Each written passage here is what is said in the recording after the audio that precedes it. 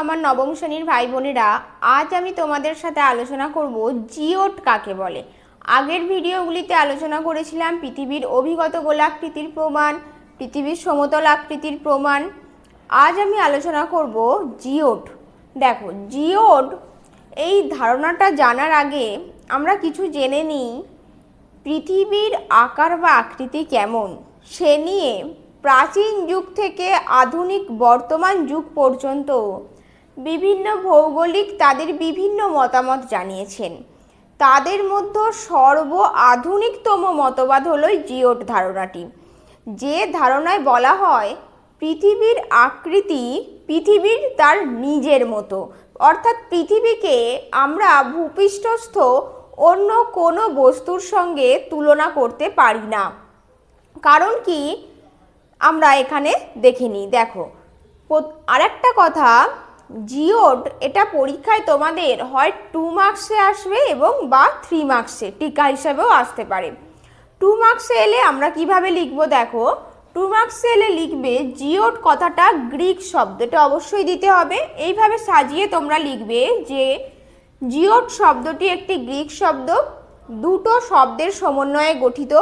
একটা হচ্ছে জিও আর একটা হচ্ছে ইওটস।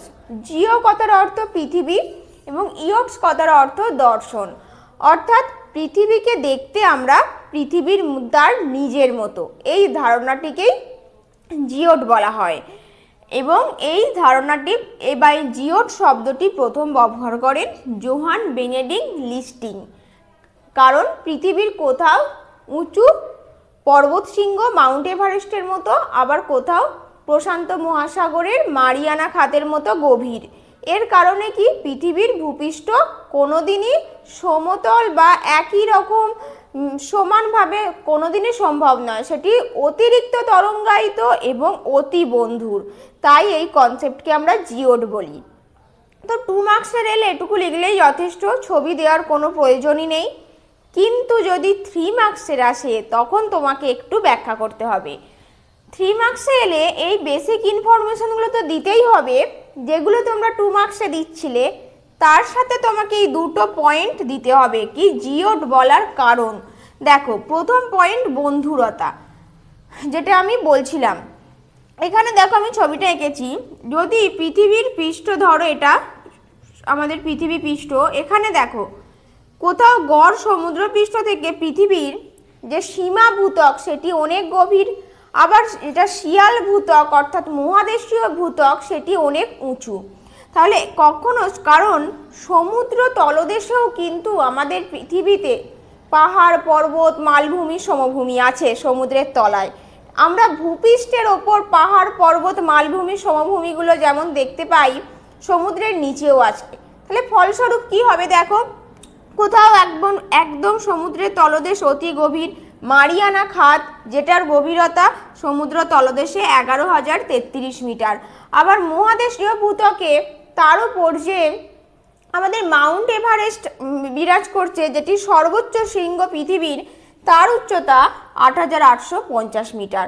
তাহলে বলতে গেলে আমাদের প্রায় এই দুটোকে যুক্ত করলে প্রায় 19,000 সামথিং বা প্রায় নিয়ার অ্যাবাউট 20,000-এর মতো 20,000 মিটার তার বন্ধুরতার পরিমাণ।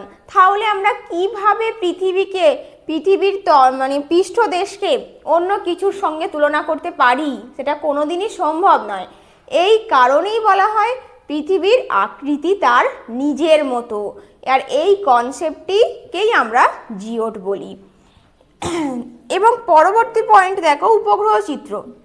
উপগ্রহ চিত্র থেকে ভূবিজ্ঞানীরা পৃথিবীর যে সমস্ত ছবিগুলি তুলেছেন সেখানে আরও একটা তথ্য জানা গেছে যে আমরা যে আগের অভিগত গোলাকার আকৃতি পড়ার সময় জেনেছিলাম পৃথিবীর উভয় মেরু প্রদেশই একটু চাপা প্রকৃতির এবং নিরক্ষীয় অঞ্চল স্ফীত, কিন্তু এই উপগ্রহ চিত্র থেকে ভূবিজ্ঞানীরা আরও নিখুঁতভাবে বর্ণনা করেছেন যে পৃথিবীর উত্তর মেরু কিছুটা উঁচু এবং দক্ষিণ মেরু কিছুটা চাপা। সেটা কত? 20 মিটার।